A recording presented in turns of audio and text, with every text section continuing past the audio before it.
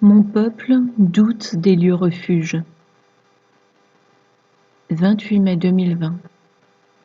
Parole du Seigneur délivrée à sa messagère et prophète Loïs Vogelchardt, traduite et lue par Justine. Mon peuple n'arrive pas à croire aux lieux refuges.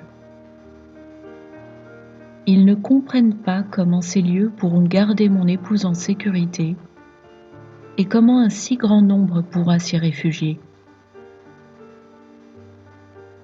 Seuls ceux qui auront la foi se donneront la peine d'entretenir la pensée de se tenir prêts à tout quitter pour se rendre avec leur famille dans un endroit dont ils ignorent tout.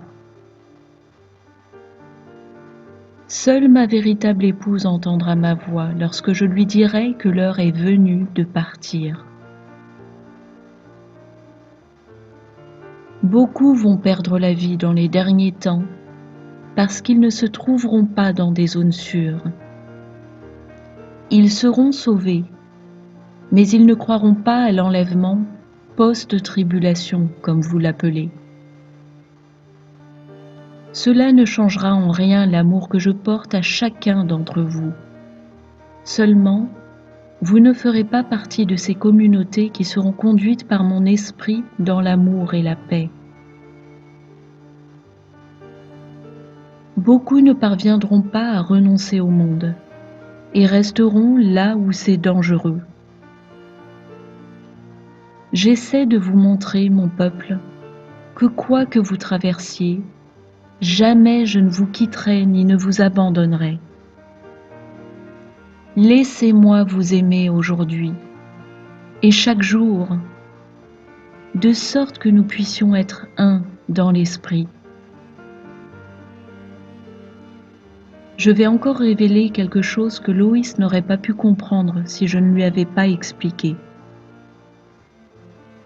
Elle a eu la vision de plusieurs femmes se tenant tête inclinée sous le poids du chagrin.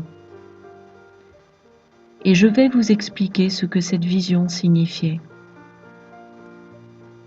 Leur mari était parti dans la mort, rappelé à la maison. Et la raison à cela est que beaucoup d'hommes sont trop arrogants et ne sont pas capables d'écouter mon esprit lorsque je vous dis de rassembler vos effets et partir. Or les femmes sont plus obéissantes et moins rebelles.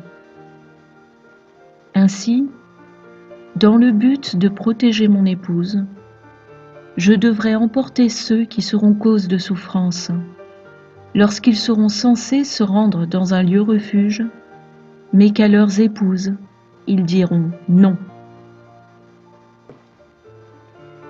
Ce n'est pas une heure pour se cramponner aux choses du monde, car pour pouvoir être libre, c'est à moi que vous devez vous cramponner. Les hommes ont plus de mal à accepter qui ils sont, tandis que les femmes sont plus désireuses de tout sacrifier pour mon royaume. Si vous avez perdu un mari, sachez que je suis votre époux.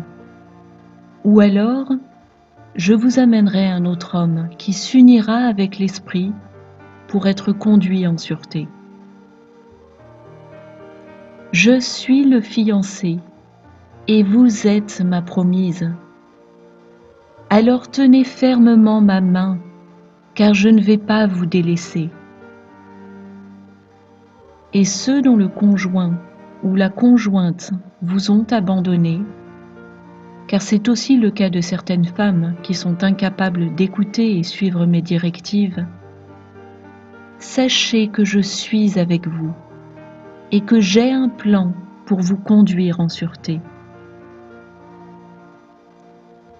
J'utilise ce virus mortel pour en réveiller un grand nombre. Mais beaucoup restent encore endormis. Je dois donc passer à l'étape suivante pour réveiller ma belle au bois dormant. Le sol de Californie va se rompre et des âmes vont retourner à la maison. Et l'inondation dans le Michigan à Edenval était la rupture de la poche des eaux. C'est là le commencement de l'accouchement de mon Église. Le processus de mise au monde de mon épouse est en marche. Vous observerez de plus en plus de contractions douloureuses à mesure que vous êtes enfanté. Mon Église sur terre.